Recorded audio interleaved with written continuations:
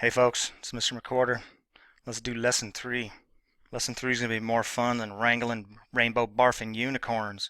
Yeah! So lesson 3 is about the related conditionals. So check out this conditional statement, or this symbolic representation of a conditional statement. If P then Q. P implies Q. Remember, they mean the same thing. Well, anytime you have a conditional statement, if P then Q, you can say what the converse is. The converse of any conditional statement is, you just flip it backwards. You do Q implies P.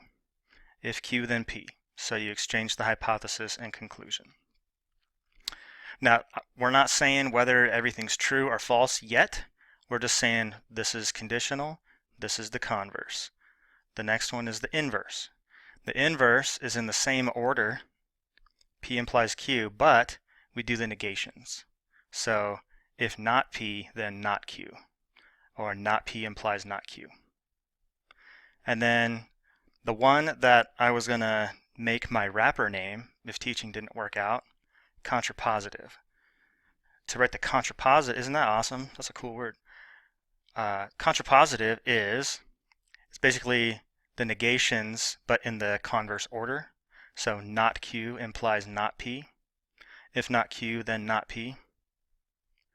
And we'll look at what it means for two statements to be logical equivalents. And it won't make a lot of sense to you this moment, but the original conditional and the contrapositive are equivalent statements. They're logical equivalents because if the conditional is true, then the contrapositive is also true. If the conditional is false, the contrapositive is also false.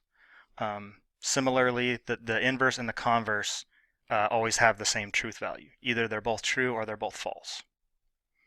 Cool. That's for one certain conditional statement, right?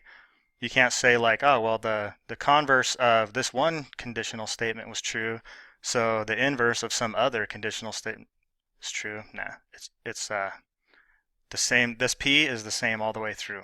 This Q is the same all the way through. So let's practice writing some related conditional statements. Let's let P be you're a guitar player, clearly. And let's let Q be you are a musician. So we're going to write each statement in words, and then we'll decide whether each statement is true or false. So the conditional statement P implies Q. So P implies Q means that if you are a guitar player, then you are a musician. So if you are a guitar player, then you are a musician.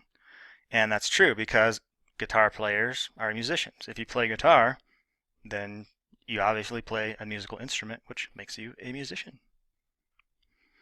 All right, so let's check out the converse. The converse is Q implies P.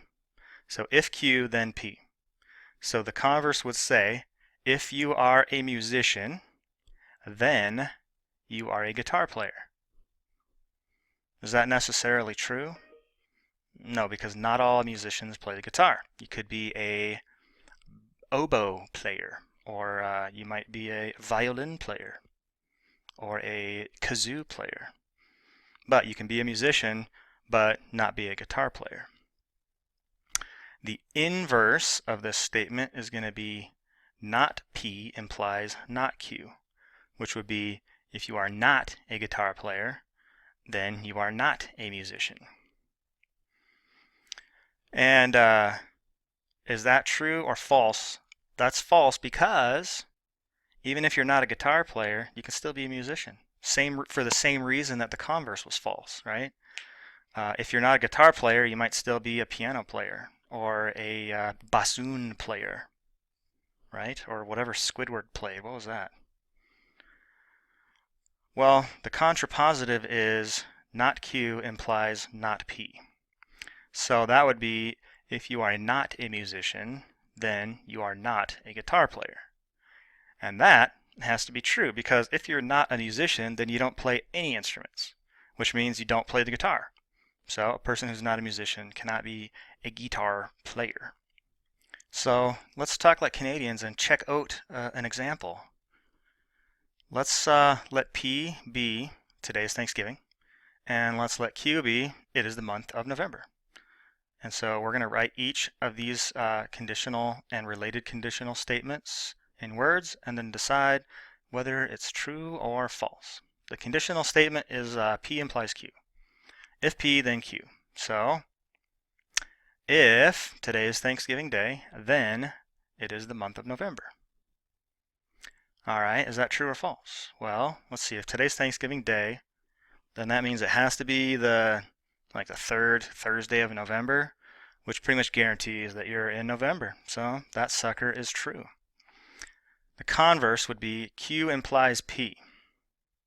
So that would be if it is the month of November, then today is Thanksgiving Day. Is that true?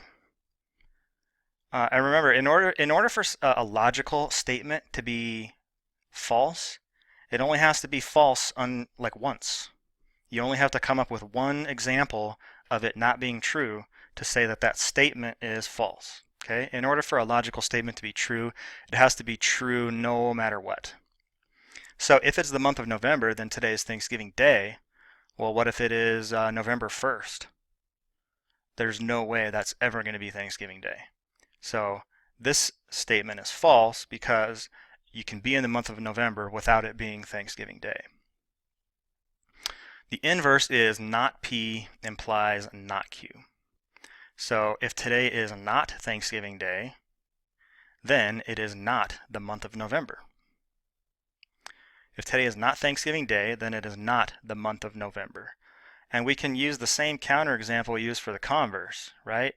What if today is November 1st, right? That I guarantee you that's not Thanksgiving Day, but it is in the month of November. And the contrapositive, not Q. Whoa, sorry. That's false, right? I just forgot to say it was false. We said why it was false, though. We just didn't say false.